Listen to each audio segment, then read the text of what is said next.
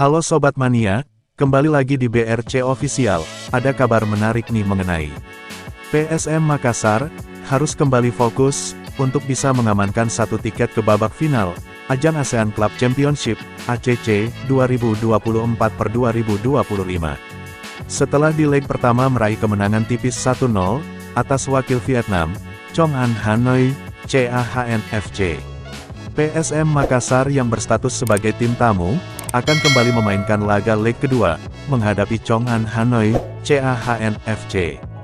Laga leg kedua, antara CAHN FC versus PSM Makassar, di leg 2 semifinal ASEAN Club Championship, akan digelar di Hangdae Stadium, Hanoi, Rabu, tanggal 30 April tahun 2025, pukul 20.30 waktu Indonesia Tengah.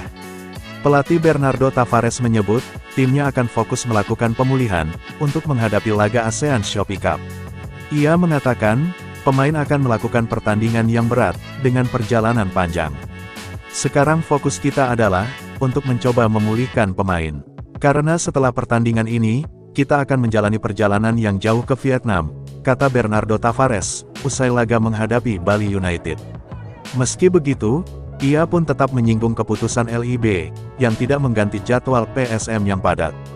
Kadang-kadang, dengan situasi seperti ini, tidak diterimanya pergantian jadwal kita, sebutnya. Saya rasa ini sangat tidak fair, tuturnya.